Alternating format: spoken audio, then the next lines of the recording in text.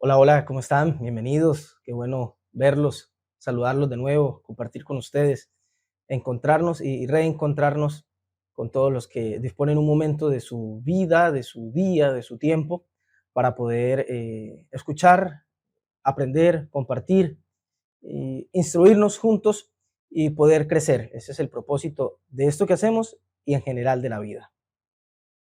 La semana pasada estuve hablando eh, de un tema que a mí realmente me resulta fascinante, ¿no?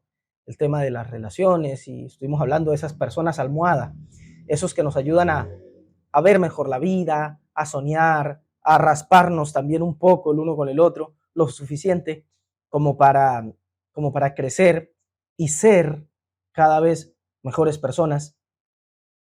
Pero después de eso, es decir, después de que di la enseñanza y demás, me quedé pensando un poco en algunas cuantas cosas mm, que tienen que ver con el tema. El tema dado, sí, es bueno, importante, interesante, pero sé que la realidad de muchos a veces dista de lo que planteé. La dificultad de algunas personas para hacer y sostener relaciones es algo que no podemos negar. La realidad misma de quienes ahora mismo están totalmente solos es algo que no podemos negar. Y esa confusa sensación de que esto, es decir, el estar solos, es absoluta e innegablemente malo desde la percepción de las personas, es algo que, por supuesto, tampoco podemos negar. No podemos negar. Entonces, yo hablo de relaciones, de compartir, de encontrar personas almohada, de rodearnos de aquellos que nos hagan mejor la vida y demás. Pero la realidad es que muchos encuentran mucha dificultad en hacer este tipo de relaciones. Quienes las logran encuentran dificultad en sostenerlas. Otros ni siquiera lo alcanzan, están totalmente solos. Y muchos sienten lo terriblemente malo que es esto. Sienten el terrible peso de la sociedad, de la soledad, perdón, y se ven obligados no solo a experimentarla, pero a vivir con esa sensación. Y curiosa, pero maravillosamente, la porción de esta semana también se va por ese lado, por la realidad de la separación, de la soledad, pudiera verse, del apartamiento de la vida relacional y social. Y por como lo toca la Torá, es, además de la soledad, una soledad que viene en los momentos más complejos, más difíciles. Nuestra porción que se encuentra en Levítico capítulo 12, versículo 1 y capítulo 13 hasta el versículo 59, es decir, los dos capítulos nada más. Es una de las porciones que normalmente se lee junto a Metzorá, pero en esta ocasión es año bisiesto y otros detalles. Entonces se lee por separado, para Parashat Tazria, que traducido es ella concibe, ella concibe. La porción en Levítico 12:1 dice: habló el Señor, el eterno Dios, a Moisés diciendo: habla a los hijos de Israel y diles: la mujer cuando conciba y dé a luz varón, estará impura 7 días, conforme a los días de su menstruación estará impura. Y al octavo día circuncidará al niño, mas ella permanecerá 33 días purificándose de su sangre, ninguna cosa tocará, ni vendrá al santuario hasta cuando sean cumplidos los días de su purificación. ¿Mm? La mujer que daba a luz por el contacto con la vida y con la muerte, por la pérdida de sangre, que la sangre ustedes saben que es el potencial de vida, pero una vez expulsada del cuerpo se vuelve objeto que impurifica porque ya es muerte, lo que fue potencial vida ahora está muerto, nacía el niño y demás. La mujer quedaba en estado de impureza ritual, ceremonial, nada que ver esto con lo moral o con lo espiritual. No había aquí cuestiones de pecaminosas ni nada por el estilo. Era algo que tenía que ver con el servicio ceremonial en el templo y demás. Pero lo cierto es que tenía que, por 7 días, dice aquí la Torá, tenía que estar apartada. Y luego de circuncidar al niño tenía que estarse otro tiempo en su trabajo de purificación y no podía ir a tener la vida cultica, ceremonial, social, normal, cotidiana. No, tenía que estar apartada, sola. Y en un momento difícil, porque había recién tenido un hijo, con todo lo que implica hoy modernamente, se le ha puesto nombre a eso, ¿no? Toda la situación posparto que generalmente deriva en depresión postparto, y tenía que estarse sola, sola. Luego, en el capítulo 13, cuando ya el tema se va un poco hacia los enfermos de una particular enfermedad de los tiempos bíblicos, traducida como la lepra, si bien no tiene que ver con la enfermedad que modernamente se le llama lepra, sino que era una enfermedad de origen espiritual que se manifestaba en los cuerpos y también en algunos objetos o en casas, como forma de hendiduras, de llagas blancas, con ciertas particularidades sobre las cuales se refiere el capítulo completo de Levíticos 13. Pero hablando acerca de este tipo de personas, el consejo divino es, Levítico 13, voy a leer el versículo 14. Y si en la piel de su cuerpo hubiere mancha blanca, pero que no pareciere más profunda que la piel, ni el pelo se hubiere vuelto blanco, entonces el sacerdote encerrará al llagado, el que tenía la llaga, vamos a seguir diciendo lepra porque es la costumbre, pero digamos la lepra bíblica, lo encerrará por 7 días, por 7 días. Apartamiento, ¿verdad? Separación. Disgregación tal vez, no, ya sería otro tipo de cosa, como muy fuerte. Pero separación, apartémoslo. Dejemos a esta persona sola. Ahora, lo curioso aquí es que este proceso de aislamiento, de separación, era totalmente necesario en lo que tenía que ver con el proceso purificatorio, curativo de la persona en cuestión. No era que tiene lepra, castiguémoslo y separémoslo, sino que se lo separaba como parte de su proceso curativo. Si ustedes leen todo el capítulo o revisan las enseñanzas que hemos dado en años anteriores acerca del tema, no podemos estar repitiendo todos los años los mismos temas, ¿verdad? Entonces hay que avanzar. Pero si ustedes revisan, el proceso de curación era ese. Bueno, tiene el síntoma, tiene la llaga de tal manera, entonces el sacerdote, la persona se presentaba con el sacerdote lo revisaba y lo ponía como una especie de cuarentena. Bueno, te vas a aislar, amigo mío, y vamos a revisar cómo estás, cómo avanza tu piel, cómo avanza tu lepra, tu cuestión. Y venía de tanto en tanto, después de los 7 días, y lo revisaba a ver cómo sigue, evolucionó, empeoró, mejoró, se normalizó. Bueno, necesitas estar otros días apartado para confirmar o directamente te dictamino, tienes lepra bíblica, ¿no? Estás enfermo de tzaraat, que es la enfermedad, es el nombre de la enfermedad en hebreo. Tienes tzaraat. O estás sano. Pero este aislamiento era parte del proceso curativo, por lo que el aislamiento, la soledad aquí, contrario a ser algo negativo o malo, es sumamente positivo, sanador.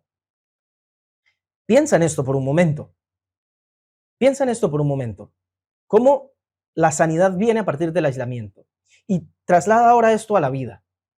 La vida tiene, en la sabiduría con que fue hecha, los recursos necesarios para conducirnos hacia donde debemos llegar.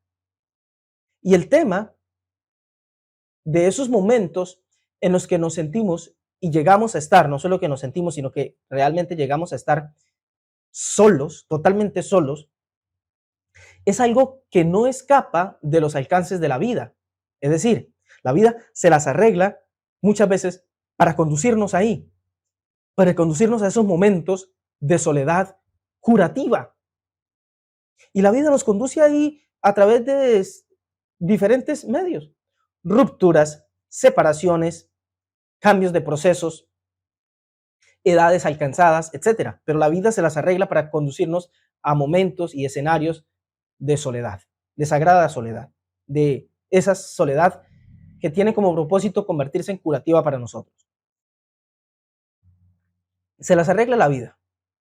Una ruptura en una relación, la separación de una sociedad, de un negocio, cambios de procesos. La persona que siempre me acompañó, mi hijo, Ya salió del bachillerato, o sea, la universidad tiene que ser más independiente, va a estar menos conmigo. Terminó la universidad y tiene que irse a trabajar. Se casó, tiene que hacer su vida. Tiene hijos, ahora él va a ser el papá, yo tengo que ver. Pues la vida se las arregla para conducirnos a esos escenarios. Lo mismo con el hijo.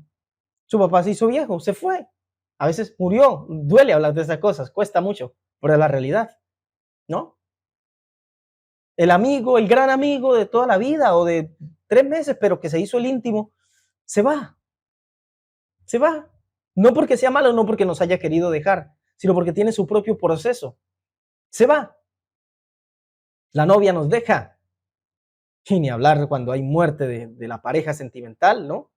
El tener que enviudar. La enfermedad de alguien que siempre nos acompaña, pero está enfermo, ahora está en cama. O somos nosotros los que tenemos que pasar cierta cosa para que otro se quede solo, pero la vida se las arregla para conducirnos continuamente a esos momentos. Cuando la vida nos necesita, nos lleva allá. Si estamos pisando el terreno de la soledad es porque la vida se las ha arreglado, se las ha ingeniado para llevarnos a esos momentos porque necesita tratar con nosotros. Además, ¿acaso es tan malo? ¿Es tan malo? ¿Son tan malos esos momentos de soledad? Piensa en ello. Los momentos más importantes y trascendentales en la existencia de alguien ocurren en su sola persona, en el individuo. Puede que ocurran mientras estemos muy rodeados, llenos de gente alrededor, pero lo esencial de esos acontecimientos ocurre en el fuero más íntimo de la persona. Nacer es uno de esos momentos más trascendentales en la vida, ¿no? El más, nacer. Nacemos solos. Nos nace una mamá, ¿sí? Nos trae a luz una persona, pero el proceso lo tiene que enfrentar el individuo. Nace, de hecho, ahí inicia su individualidad. Antaño, o sea, antes de nacer, dependía absolutamente de su madre y de los cielos y todo eso, sí, pero digamos, en términos de relaciones, dependía totalmente de su madre, se alimentaba por el cordón umbilical, el clima dependía de su mamá, toda comodidad posible dependía de su madre. Si la mamá estaba bien, él estaba bien. Si la pasaba mal, el bebé la pasaba mal. Ahora nace a su individualidad y ahora por sí mismo va a tener que enfrentar el frío, el calor, el hambre, etcétera, etcétera, todo lo que sabemos. Nacemos rodeados, pero nacemos solos. Morir, podemos rodearnos de todos los amigos, familiares, dejarles la mejor herencia, de modo que se obliguen a tener que estar ahí con nosotros y acompañarnos en los santos óleos, creo que así como solía decirse, ¿no? En la tradición católica, en lo último, en el último suspiro. Pero morimos solos. Lo esencial de la muerte, la despedida, es algo que nos ocurre solo. Aunque una persona muera en un accidente múltiple, Hasbe Shalom, y donde muchas personas se vayan, pero cada uno experimenta su proceso solo.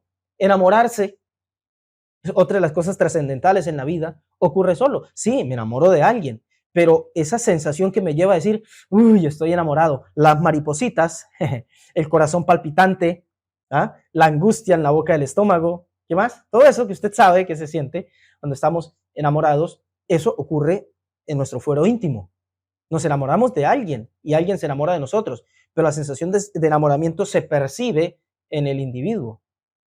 Incluso el encuentro personal con Dios, el encuentro sagrado, el encuentro con lo divino, es algo que puede pasar en una reunión pública, ¿no? En un culto sinagogal, eclesial, tribal, cualquiera tradición de las personas, puede pasar a nivel público, pero la genuinidad, la legitimidad de dicho encuentro está marcada por lo profundamente personal e individual que haya sido ese encuentro. Porque sé que mi encuentro es genuino, mi encuentro con lo divino, mi experiencia con Dios, mi relación con Él, porque sé que es genuina, porque la percibo yo, ¿no? Pues tenemos que estar en un culto, todos levantando las manos, orando, rezando, inclinándonos, balanceándonos, lo que usted quiera, pero la legitimidad de mi rezo, de mi culto, de mi adoración, de lo que sea que yo esté haciendo, está marcada por mis sensaciones, por mi encuentro con lo divino. Individuo. La semana pasada dijimos que somos seres por naturaleza sociales. Somos seres por naturaleza sociales, relacionales. Y sí, pero si bien somos seres por naturaleza sociales, somos también seres esencialmente individuales. Nuestra naturaleza hace que nazcamos en sociedad, en relación, y lo vamos a necesitar siempre. Pero nuestra esencia es individual. Y esta es una realidad que tampoco podemos soslayar. No. Es más, la realidad del encuentro, la realidad del encuentro, el encuentro con el otro, de la relación, para que sea significativa, debe partir de un individuo totalmente consciente de su individualidad. Para que la realidad de mi encuentro con el otro sea significativa, necesito ser totalmente consciente de mi individualidad. Pues de lo contrario, no es encuentro, es perderme en el otro. Si yo no soy consciente de mí, de mis gustos, de mis sensaciones, de mis pensamientos, de mi perspectiva, si no soy consciente de mí, mi encuentro con el otro no es genuino, porque no soy yo quien se está encontrando con el otro, me estoy perdiendo en el otro. Cuánta gente anda así por ahí, por la vida? No en relación, sino perdida en vínculos vacíos con gente a quien no conoce porque ni a sí mismos se conocen. ¿Cómo puedo entrar yo en relación con el otro si no soy yo? Si solo me pierdo, si no sé quién soy. Entonces, lo único que estoy es perdido en la relación con el otro. Perdido ahí. Y la gente anda así, soy sobrino de este, hijo de tal, papá del otro, marido de este, cuñado de no sé quién, amigo, amiga de tal y cual. Pero yo mismo en esencia no sé quién soy. Vivo en un montón de relaciones. Me desenvuelvo por ahí siendo el papá de mis hijos, siendo el hijo de mi papá, ¿sí? Siendo el cuñado de este, el amiguito de aquel o de aquella. Pero yo, ¿quién soy? Si no soy consciente de quién soy, no entro en verdadera relación. Convivo con tal o cual, pero no tengo vínculo con nadie. No tengo vínculo con nadie. Pero lo cierto es que no nos es cómodo.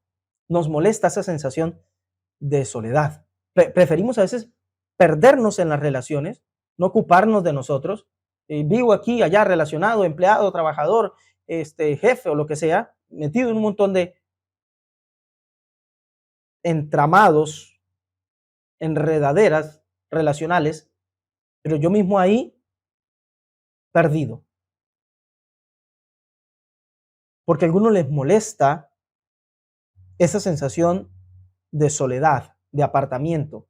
A algunos incluso les aterra la posibilidad de quedarse o incluso de estar, aunque sea un momento, a solas. Aterra, molesta, fastidia. Prefiere el hombre perderse en relaciones que no son relaciones, ¿no? Entretenimiento, aquí, allá, estar rodeado. No me dejen a solas un momento, no me lleven a tener que pensar, no me lleven a tener que reflexionar, no me lleven a tener que volverme sobre mí mismo. Y es por eso, por lo que muchos prefieren rodearse de compañías que no acompañan. Muchos prefieren rodearse de un montón de gente que está ahí, pero no acompañan en lo absoluto. Molestos por la compañía falsa, molestos y molestando a otros, pero únicamente para evitar enfrentarse a la cruda realidad de quienes son. No sé si le ha tocado toparse con esas personas o si es usted mismo una de esas personas. Son odiosos normalmente.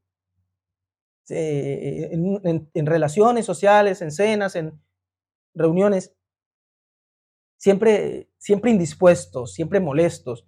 El otro se ríe, le molesta, el otro está serio, le molesta, echa un chiste, no le parece gracioso.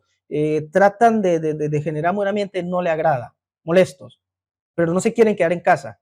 Quieren ir y rodearse de molestia para estar distraído, para no prestarse atención a sí mismo, porque les aterra lo que se van a encontrar. Por eso digo, no sé cuántos conozcas o cuánto de esto estés viviendo, cuánto evitas el tiempo a solas, porque te temes, temes de ti mismo, temes lo que vas a descubrir porque sospechas lo que hay ahí. Pero como decía, la vida es sabia. Baruch Hashem, bendito sea Dios por la vida sabia. Y sabe servirse la vida de diferentes situaciones para conducirnos al crudo desierto de la soledad. Al crudo desierto de la soledad. Nos lleva a esos escenarios. Se vale de lo que sea. Separaciones, despidos laborales, rupturas, divorcios, enfermedades, muertes, viajes, cambios, crecimiento. Se vale de lo que sea para llevarnos a ese escenario de la soledad, del desierto. ¿Para qué? Para que hagamos lo que corresponde, curarnos a través del aislamiento.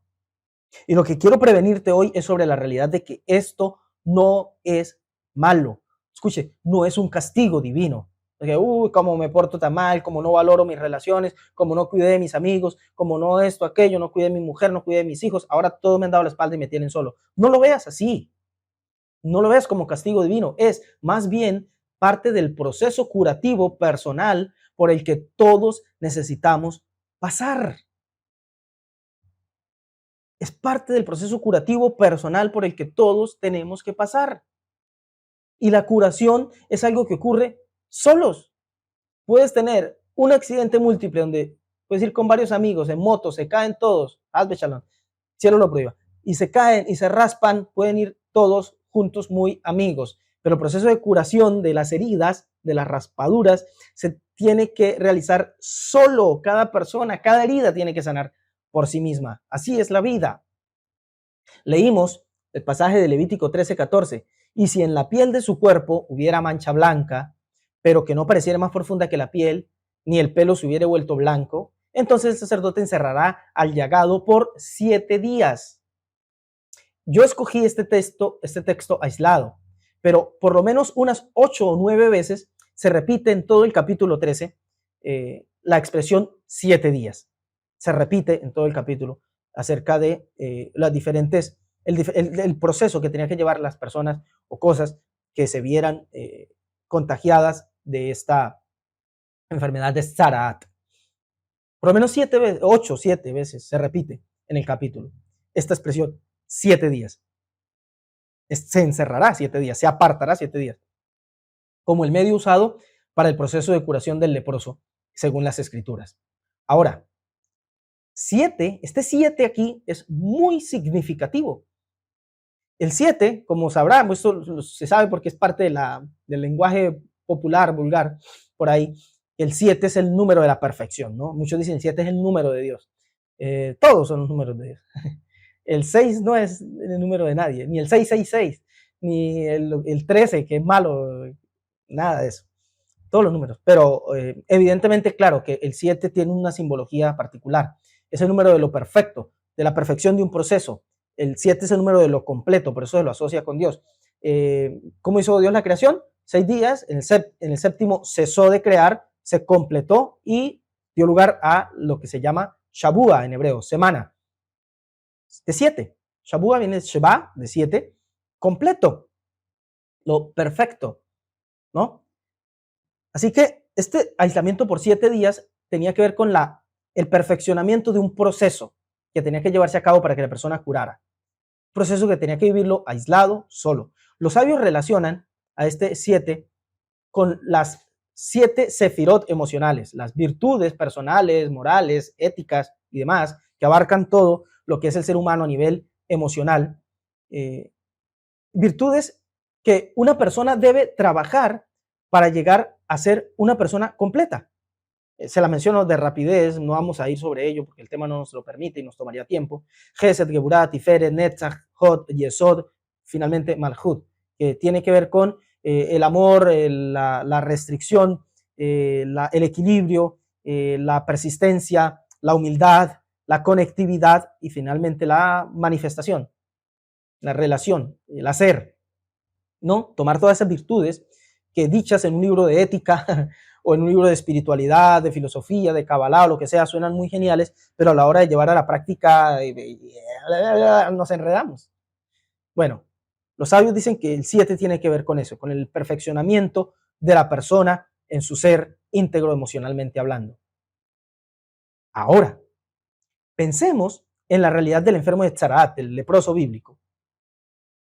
Conocemos de los fundamentos de esta extraña enfermedad de origen espiritual. ¿Cuáles son los fundamentos? ¿Se acuerdan el primer personaje que aparece en la Biblia? La hermana de Moisés y de Aarón, Miriam, María. Ella habla mal acerca de su hermano y se enferma de lepra. De ahí que los sabios han desglosado el tema en distintas obras y explican que era una enfermedad de origen espiritual que venía por el lashon hara, por la lengua maligna. Cuando yo presto mi lengua para hablar del otro, para denigrar, para juzgar, atraigo a mi vida esta enfermedad. Era un acto de misericordia divina para que la persona revisara su vida y se rectificara. Acuérdense de Miriam. ¿Qué hace Moisés y el Señor para con ella? La apartan, la aíslan, dan lugar a su sanidad y luego de que es sana, se reintegra en el grupo y entonces el grupo avanza. La enfermedad tenía como propósito que la persona se trabajara a sí mismo. En el caso de Miriam, revisara su vida, lo que había hablado, rectificara su corazón, su lengua y luego se reintegra. Pues con esto en mente, piense en que el aislamiento, la posibilidad de experimentar la soledad, no es otra cosa que la oportunidad de revisarnos plenamente e identificar por qué es que llegamos a esta condición de solitarios y qué cosas tenemos que trabajar para superarnos a nosotros mismos. No llega una persona a estar sola porque sí. Si la vida la ha puesto en condición de soledad, es quizá porque tal vez sí, echó a perder toda buena relación que tenía, pero contrario a ver castigo en la soledad, donde nosotros vemos castigo, el cielo ve un proceso de curación divina y una invitación a la rectificación. Quiero repetir esto porque me parece de sumo importante. Donde nosotros vemos castigo, el cielo ve el inicio de un proceso de curación divina y una invitación a la rectificación personal. Piensa en el leproso, piensa en Miriam, piensa en toda persona que se untaba de esta enfermedad. Había pecado con su boca, había hecho lo malo, se había separado. Pecado, les he hablado, el concepto de pecado, averá en hebreo, la raíz es separación, averá es separar. Se había separado, se puso como alguien aparte aquí. Yo veo la vida desde una posición de superioridad, yo soy superior y me atrevo a tener el derecho, a concederme el derecho de juzgar, de ver a la otra persona más baja. Me separo. Entonces la vida que dice, ¿te quieres separar? ¿Te sientes superior? Bueno, sepárate, ahora experimenta la soledad. Me doy cuenta que no es agradable, entonces me trabajo, me rectifico, me elaboro, me reformo lo suficiente a partir de la soledad para poder volver a entrar en sociedad y ser apto. Genial, no es un castigo divino, es el inicio de un proceso de curación. No importa por qué has perdido tus relaciones y por qué ahora mismo te hallas solo, no veas el castigo, ve la oportunidad de rectificarte para que cuando vuelvas a entrar en relación, ahora seas lo mejor, la mejor compañía que una persona pudiera tener, porque te aseguro que esa compañía nadie la va a querer perder. Nadie. Ahora, ya que hablamos de ver esto como el inicio de un proceso de curación divina y además una invitación a la rectificación, pensemos en invitaciones celestiales. ¿Qué tal si vemos en la soledad un llamado, una invitación a la elevación? A mí me parece esto fantástico. ¿Qué tal si vemos en la soledad un llamado, una invitación a la elevación? La realidad de la vida del enfermo de Tzaraat, del leproso bíblico, lo había llevado a tener que aislarse, ¿verdad? A separarse del resto. Cuando había trabajado lo que era necesario, escuche, aun si en realidad lo que tenía no era lepra, porque es muy interesante las indicaciones, las instrucciones bíblicas acerca de la persona posiblemente contagiada. Hubiera seguridad acerca de su contagio o no, tenía que igualmente apartarse, separarse. Con lo cual, la sola sospecha ya era una bendición, porque aun si no estaba enfermo de eso, por algo la vida te pone en situación de apartarte. Hay cosas para las cuales es necesario que estés solo. No, resulta que ya no tengo tzaraat, no tengo lepra. ¿Por qué la vida me habrá puesto a separarme si no era eso? Bueno, anuncios, oportunidades de que revises cosas. Pero luego de trabajarse, podía volver a juntarse con el resto de la comunidad. Pero ya trabajado, con la experiencia de la separación que había vivido recién y emergiendo como alguien en un estatus distinto. Por eso todo el proceso, piense, el proceso de la reintegración social de una persona enferma de tzaraat no era simplemente, bueno, el sacerdote lo vio, no tiene y ya. Había un proceso muy meticuloso. ¿Se acuerdan de un caso que cuentan los evangelios del maestro Yeshua que sana a unos leprosos? Y él no simplemente les dice, ya han sido sanados por la fe, váyanse y vivan contentos. No, les dice, ustedes vayan tranquilos, vayan y preséntense al sacerdote para todo el proceso ritual, ceremonial que tiene que ver con la lepra. Mientras ellos iban, camino al sacerdote, es que fueron curados. El punto es que había un proceso ahí, un proceso que había que vivirse. Y luego se reintegraban. Proceso. Y los procesos se viven a partir del tiempo. Y el tiempo es aprovechado cuando nos hacemos conscientes de él, cuando tomamos en nuestras manos la posibilidad que la vida nos otorga y hacemos de protagonistas. ¿Sabe cuál palabra tiene mucho que ver con el concepto de el apartarse? De este sujeto que estaba enfermo que tenía que ser apartado. ¿Cuál concepto tiene mucho que ver desde la información bíblica con el apartarse? Esa que traducimos como santidad. La palabra santidad en hebreo, santificar, kadash, en hebreo viene de separar, apartar. Alguien santo es alguien apartado, alguien separado. Alguien que se quiere santificar se tiene que apartar de lo demás, no de los demás, sino de lo demás. Alguien que se quiera santificar se aparta de lo otro para poder elevarse al terreno de lo distinto, de lo otro. Por eso hemos dicho en reiteradas ocasiones, lo santo es lo otro. Lo santo con mayúsculas, lo más sagrado es lo absolutamente otro. Para alguien santificarse tiene que apartarse. Y leemos en una de las porciones anteriores de las que venimos, leímos en Levítico 8:33, cuando se estaban dando instrucciones a los sacerdotes acerca de cómo moverse en el trabajo del tabernáculo. Leímos en Levítico 8:33, le pido que me acompañe ahí una vez más. Dice Levítico 8:33, de la puerta del tabernáculo, está hablando de los sacerdotes, de la puerta del tabernáculo de reunión no saldréis en 7 días, hasta el día que se cumplan los días de vuestras consagraciones, porque por 7 días seréis consagrados.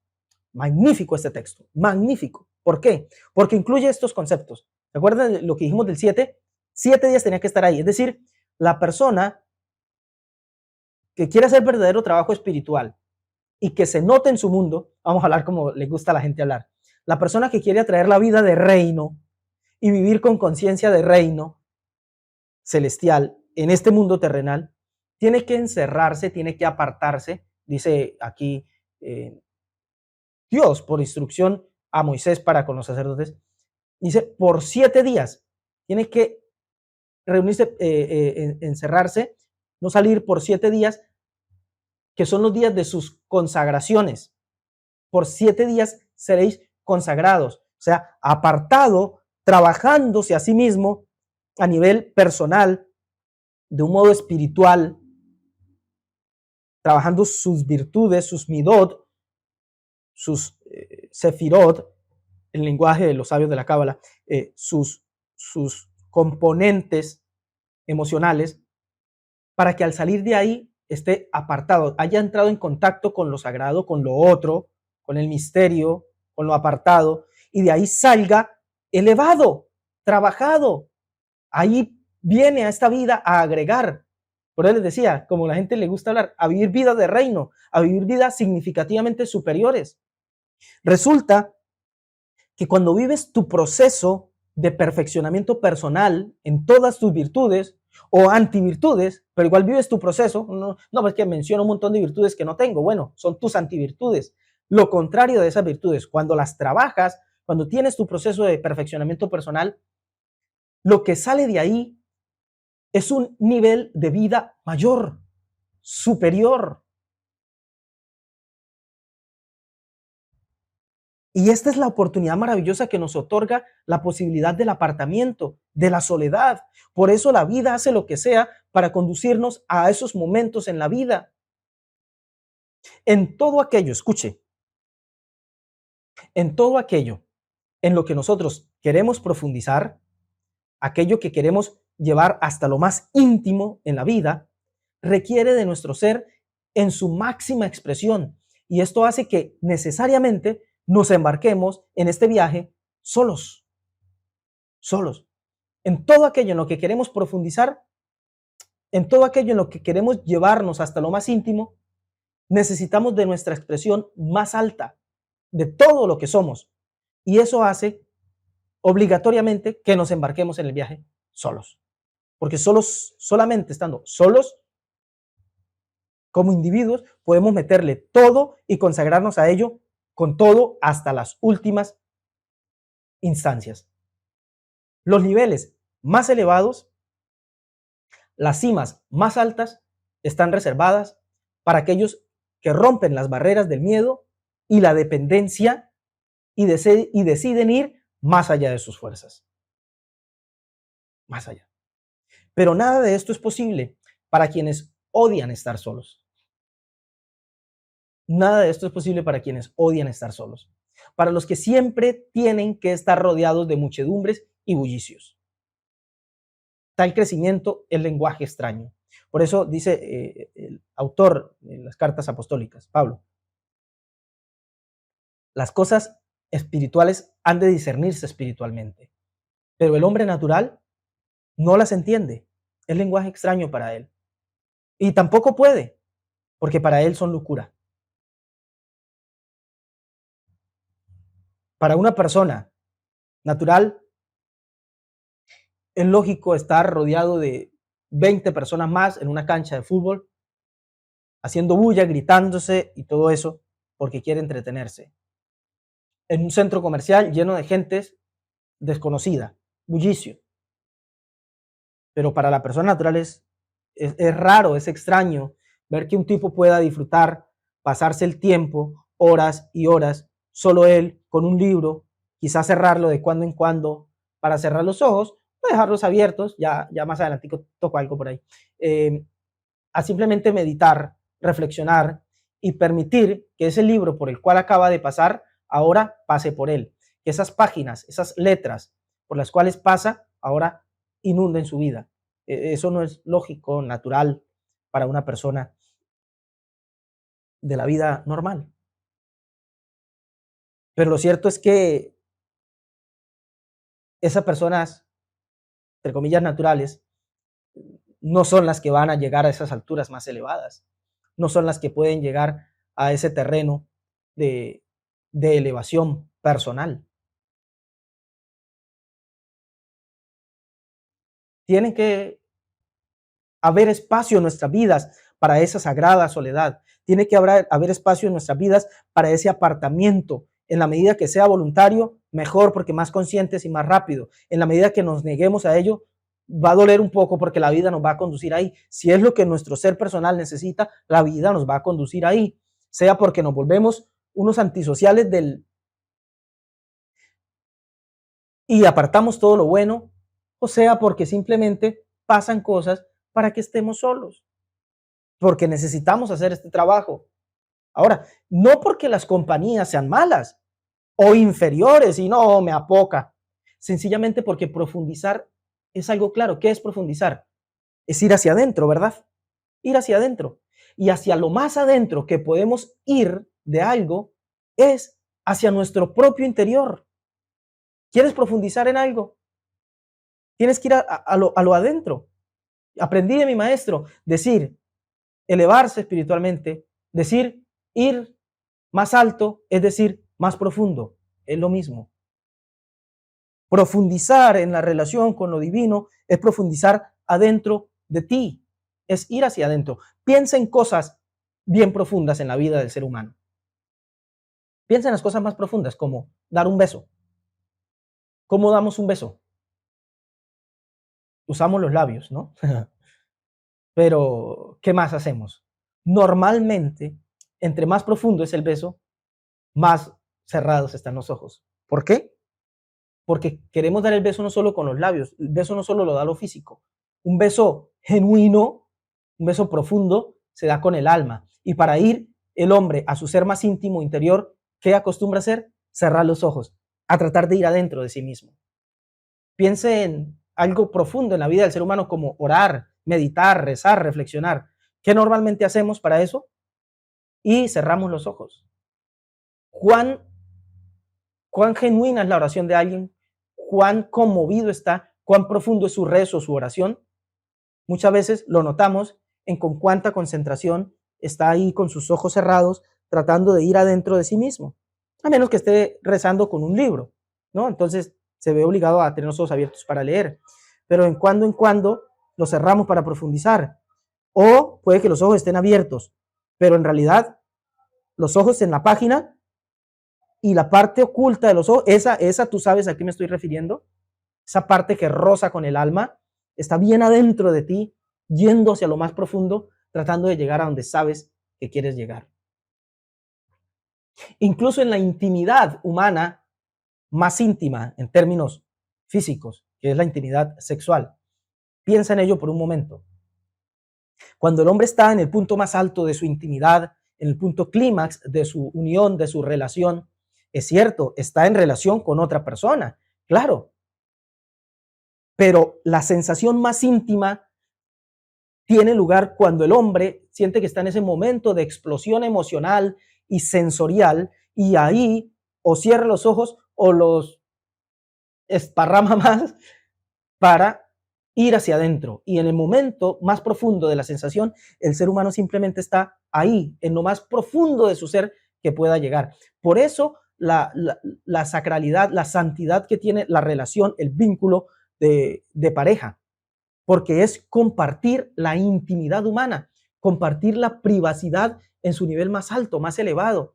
Tener una relación con el otro, en términos sexuales, es llevar al hombre a su mayor placer, pero vivido de la manera más privada, más personal e íntima. Se hace con el otro, pero en últimas, una relación es buscar en el otro la oportunidad de ser nosotros mismos en nuestro nivel más íntimo y privado. Por eso es que el tema de la relación sexual debería ser algo de lo más personal y sagrado que hay en la persona humana.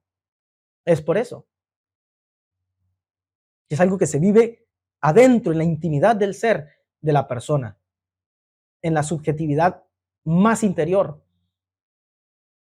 Entonces, lograr niveles altos y que deslumbren puede llevarse a cabo en grupos, pero hacer la diferencia, rozar los límites de lo otro, de lo más elevado, es algo que se hace solo. Es algo que se hace solo. El sacerdote hacía su trabajo público, servía al pueblo, era el mediador entre el pueblo y Dios, Dios y el pueblo y todo eso. Pero para él poder llevar a cabo esta labor, primero tenía que tener un tiempo a solas, allá consagrado. Se consagra solo.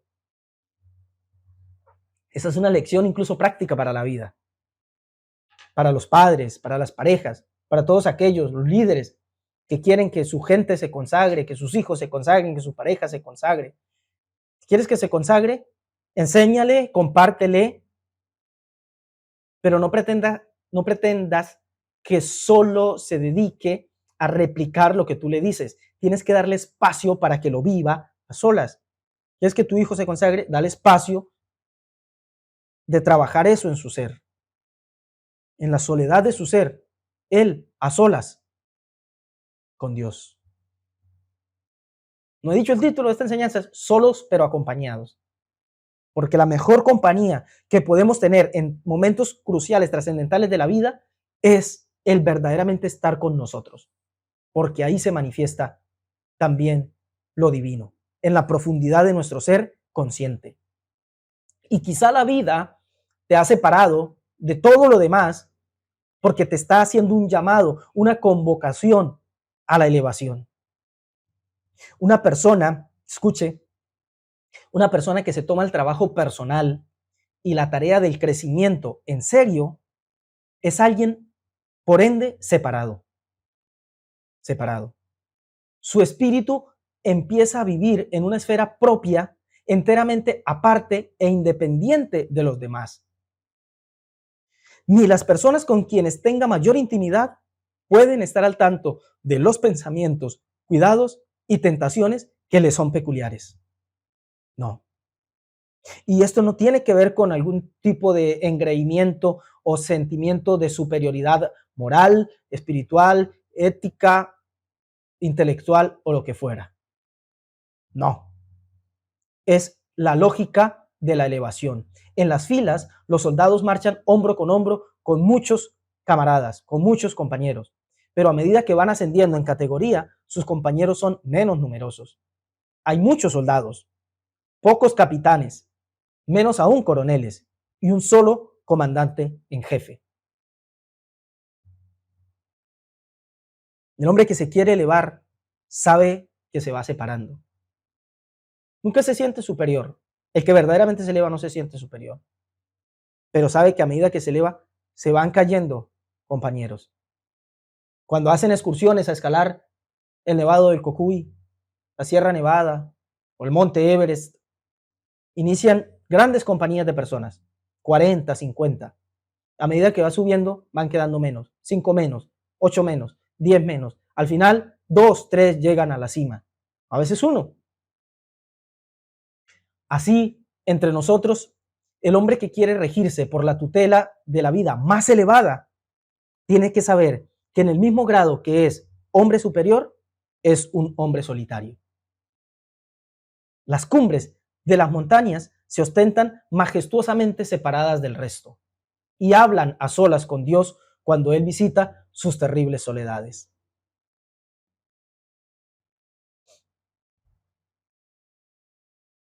Me encanta lo que dice Spurgeon, príncipe de los predicadores, como es conocido, en lo que es la página 284 de la traducción al español de su obra Discursos a mis estudiantes. Él dice, el hecho de que nuestro Señor, se refiere a Yeshua, a Jesús, el hecho de que nuestro Señor haya enviado a sus discípulos de dos en dos, pone de manifiesto que él bien sabía que lo que en los hombres pasaba, que no podemos estar solos, que nos aterra la soledad. Pero sigue diciendo Spurgeon, pero para individuos de la talla de Pablo, el apóstol Pablo, me parece que no habría podido hallarse un compañero adecuado. Barnabás, Silas o Lucas eran prominencias demasiado bajas para ponerse en comunicación familiar con una altura himalayana como la del apóstol de los gentiles. Fantástico. Sencillamente fantástico.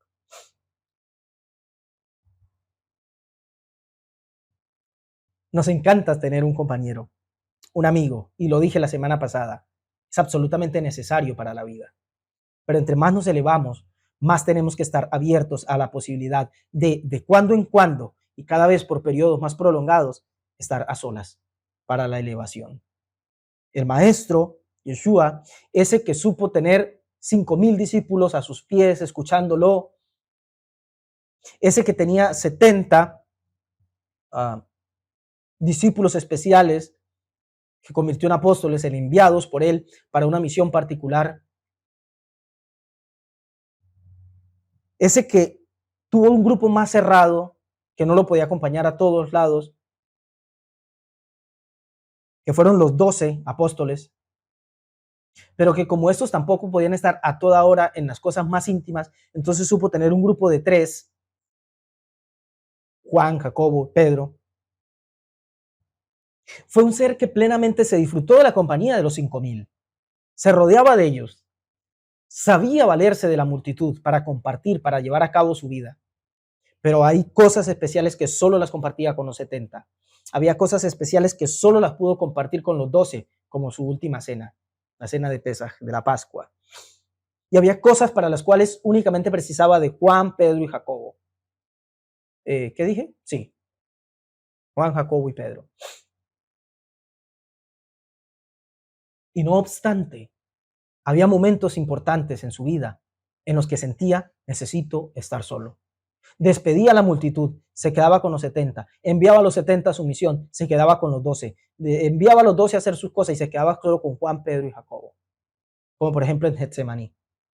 Pero había momentos en que le decía, quédense ustedes aquí, yo voy allí aparte, yo voy allí solo, a solo con mi Dios, a solas con lo divino, porque necesito tratarme para cosas en las que no hay posibilidad de compañía. Sabía estar solo, sabía buscar esos momentos de soledad y nunca se echó abajo porque me dejaron solo. Al contrario, le dijo a sus discípulos, estaba escrito y muy bien, heriré al pastor y serán dispersas las ovejas. Es necesario que el pastor viva su proceso a solas. Es necesario el que se eleva, que esté a solas. Es necesaria esta soledad. Cuando un hombre, decía un poeta, cuando un hombre está íntimamente junto con su mujer, en ambos sopla la nostalgia de las eternas colinas. Esto es muy bueno, definitivamente. Decía Buber en su obra Yo y tú, ¿no es también la soledad una puerta? ¿No se abre a veces en el más quedo estar solo un ver inesperado? ¿No puede el trato consigo mismo tornarse misteriosamente un trato con el misterio? No se esconde, queridos, piensen, no se esconde en la realidad del trato con nosotros en nuestra soledad, la realidad de un trato con el misterio, con lo sagrado, con lo otro. Aún más, aquel que no se apega a ningún ser, ¿no es acaso el único digno de ponerse en presencia del ser? Piensen esto. Aquel que no se apega a ningún ser. Por eso dijimos, no se trata de apego, no se trata de dependencia. Solo el que no se apega a ningún ser, el que va y relaciona, pero no se apega, es el único digno de ponerse en presencia del ser. El único digno de ponerse en presencia del ser sagrado o del ser cercano es el que no se apega porque sabe quién es. Yo estoy disponible para ti porque sé quién soy. Aquí estoy, no me he apegado a nadie, no dependo de nadie, no me he perdido en relaciones. Sé perfectamente quién soy. Con ese puedo entrar en relación. ¿Con quién puede entrar en relación mi hijo? Con un padre que sabe que es él. Pero un padre que está perdido en su función de padre, que está perdido en su función de esposo, que está perdido en su función de amigo, de compañero de trabajo, no está disponible para nadie. El ser que no se apega a ningún ser es el único digno de ponerse en presencia del ser. No temas a la soledad, por aterradora que parezca.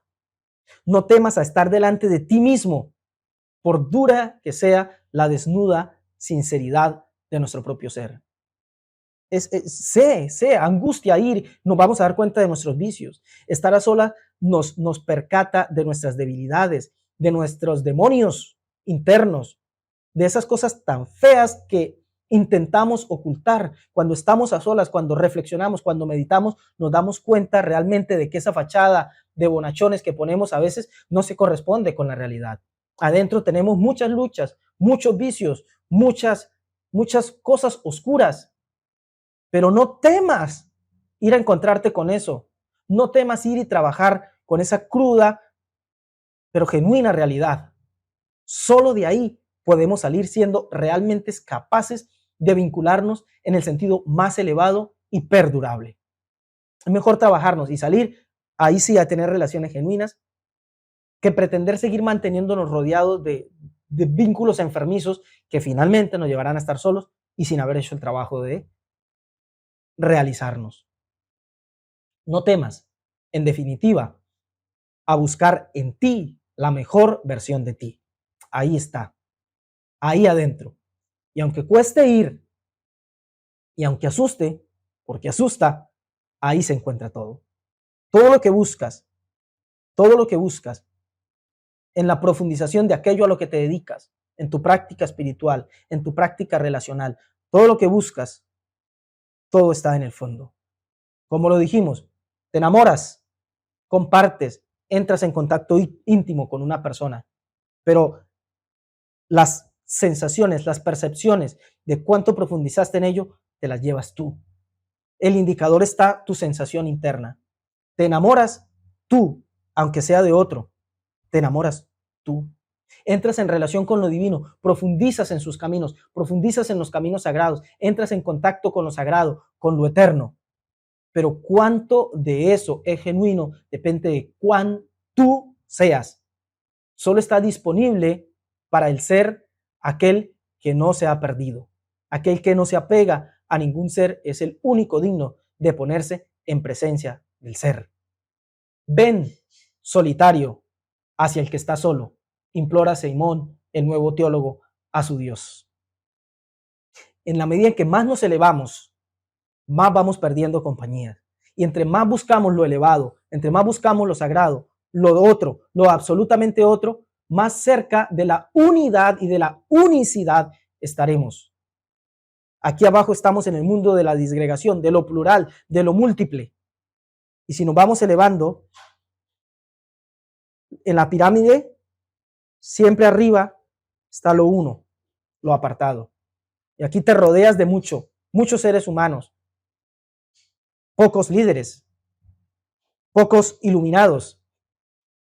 Ascendemos de mundos, encontramos realidades que nos superan, angelicales, espirituales, inteligencias puras, como las quieras llamar, familias, legiones de este tipo de cosas.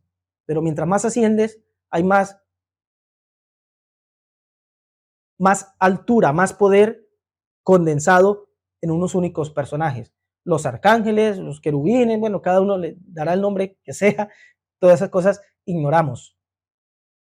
Ha habido iluminados, pero uno solo es el que ilumina. Y el sagrado, lo santo, con mayúsculas, lo divino, es uno y único. Y el más grande mandamiento de la fe bíblica hebrea, dicha en Deuteronomio, citada por el Maestro Jesús en los evangelios, en Marcos capítulo 11, por ahí, es el mismo. Shema Israel, escucha Israel, el Señor nuestro Dios, el Señor es uno. Uno y único. Y escúchame, es un uno y único que se relaciona con muchos, pero la ventaja y la belleza de esa relación es que Él es uno y único. De la misma manera, nosotros, la hermosura y la belleza de nuestras relaciones va a crecer en la medida que nos relacionemos con el uno y único desde nuestra propia unicidad personal. Las relaciones no es para dependencia. La soledad no es para aterrarnos. Las relaciones son para mostrar nuestra unicidad e ir y poder relacionar con una persona que nos deja ver su propia unicidad. Esa es una verdadera relación. Entre más nos elevemos, más cercanos de la soledad estaremos, pero menos solos nos percibiremos, porque tendremos la compañía más importante de todos, la de nosotros mismos. Solos, pero acompañados, con la mejor compañía que pudiéramos tener, que es nuestro ser en su máxima expresión, nuestro ser en nuestra posición más elevada. Ven, solitario, hacia el que está solo, implora Simón, el nuevo teólogo, a su Dios. Amado, te alabo y te bendigo, Señor, por tu Torá, por las leyes de tu voluntad que nos has hecho saber, por esas instrucciones de vida tan maravillosas que nos sacuden, que nos despiertan, que nos animan, que nos hacen vivir, que nos invitan a vivir. Gracias por esta Torá, Señor, que nos hace saber la realidad de la vida. No estamos solos, tú estás con nosotros, pero nos conduces a ti a través de las terribles soledades, porque es importante que te descubramos a ti en el fuero más íntimo de nuestras personas, saber que tú no estás allá afuera por ahí perdido en algún lugar, sino adentro de nosotros, en el alma que nos has dado, que es pura, sobre la cual no recae la impureza ni la contaminación, en ese punto intacto. Ahí quieres que relacionemos contigo, en lo profundo de la unicidad de nuestro ser, donde te hallemos a ti solo, a ti único, a ti desnudo, tu solo ser, tu sola persona. Ayúdanos a relacionar con esa realidad de ti, para que descubramos la realidad de nuestro ser y a partir de ahí salgamos a tener experiencias de vida realmente significativas. a transformar nuestro mundo, a darles una dosis de santidad de esa que nos revestirás al estar a solas contigo, a darle una dosis de reino en la que debemos vivir, Señor. Ayúdanos a de verdad impactar nuestras vidas, a tener relaciones significativas que nazcan de la relación más importante de todas, de la relación con nosotros. Porque como está escrito, amarás al Señor tu Dios con todo tu corazón y con toda tu alma y con todas tus fuerzas. Y amarás a tu prójimo como a ti mismo. Ayúdanos a amarnos a nosotros mismos para en esa medida amar al otro. Ayúdanos a conocernos y a integrarnos a nosotros, a nuestra propia realidad de vida, para que entonces integremos y compartamos significativamente con los demás. Muchas gracias te doy, Señor, por tu Torah, por tu palabra de verdad. Muchas gracias, Señor. Beshem Yeshua. Amén. Y amén. Baruch Hashem. Bendito sea Dios. Bendito sea Dios porque siento que esto lo necesitábamos escuchar. Lo necesitábamos aprender. Y lo necesitamos vivir. Los animo a que lo hagan. A que abran su corazón a estas verdades. Y a que vivamos por ello.